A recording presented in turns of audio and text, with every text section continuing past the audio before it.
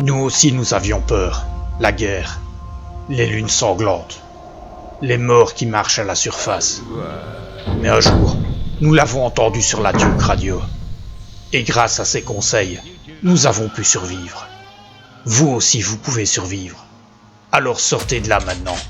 Prenez un flingue. On a quelques aides à les buter dehors. Salut à tous les amis de la Rivière Blanche et bienvenue dans ce nouveau Papy Tromblon. Aujourd'hui, on va parler d'une des nouveautés de l'Alpha 21 et ceci concerne les emplacements pour les mods. Pour rappel, il existe 3 tirs d'armes pour les objets et les armes à Seven Days to Die. Par exemple, dans la famille des couteaux, on trouve le surin qui est une arme de tir 1, le couteau en fer qui est une arme de tir 2 et la machette en acier qui est une arme de tir 3. Je vous rappelle que j'avais déjà fait un épisode sur les tirs d'armes en Alpha 20. Néanmoins, l'Alpha 21 amène quelques subtilités. Voyons ça. Retenez simplement que, en logique, un tir d'arme donne un emplacement par tir. Un objet de tir 1 donne donc tout à fait logiquement un emplacement pour un mode. Un surin en os de level 1, 2 ou 3 donne donc un seul emplacement de mode.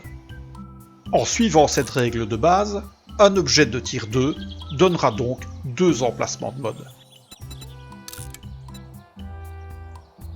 Une machette en acier de tir 3 donnera donc 3 emplacements de mode. Par simplicité et peu importe le tir d'arme, les objets d'un level 1 à 3, je les appelle des objets ordinaires. Retenez bien que ça, c'est la règle de base, car il y a des petites subtilités. Et c'est ce que nous allons voir maintenant.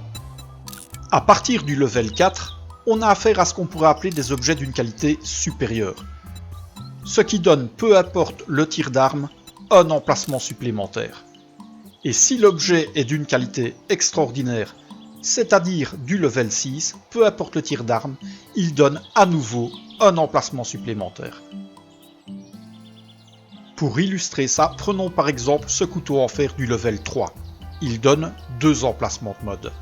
Si maintenant il est d'une qualité supérieure au level 4, il donne 3 emplacements de mode. Et s'il est d'un level 6, il donne 4 emplacements de mode. 2 parce qu'il est tir 2, 1 parce qu'il est d'une qualité supérieure au level 4 et 1 parce qu'il est level 6. Autre petite subtilité, une machette de level 3 donne donc 3 emplacements de mode, car tir 3. Une machette de level 5 donne donc 4 emplacements de mode, car elle est d'une qualité supérieure. En logique, une machette de level 6 devrait donc donner 5 emplacements de mode. Cependant, elle n'en donne que 4, car 4 c'est le maximum d'emplacements pour les objets. Il n'existe qu'une seule exception.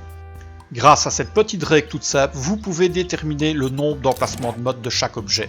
Par exemple, ce pistolet en tuyau de tir 1 a 2 emplacements, car il est d'une qualité supérieure. Un pistolet level 1 de tir 2 a 2 emplacements, tout comme ce Magnum, car il s'agit d'un tir 2. Quant à un Desert Vulture de tir 3, il possède 4 emplacements, car il est d'une qualité supérieure, c'est-à-dire supérieure au level 4.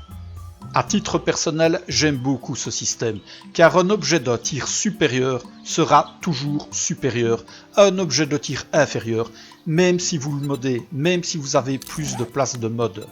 Les objets d'un tir supérieur, même s'ils sont de bas level, sont enfin intéressants. Les caractéristiques d'un objet de tir supérieur seront donc toujours supérieures aux objets de la même famille de tir inférieur. Parlons maintenant d'une autre catégorie d'objets. Les véhicules, car les véhicules, eux aussi on peut les modder. A noter que je parlais tout à l'heure d'une exception concernant le mode de mod. Eh bien le 4x4 est le seul objet qui peut disposer de 5 modes. Pour rappel, il existe 5 véhicules à Seven Days to Die. Le vélo, la mini-moto, le cyclomoteur, l'autogire et enfin le 4x4. En logique, chaque véhicule dispose d'un nombre d'emplacements de modificateurs. 2 emplacements pour le vélo, 3 pour la mini-moto, 4 pour la moto, 4 pour l'autogire, et enfin 5 emplacements pour le 4x4.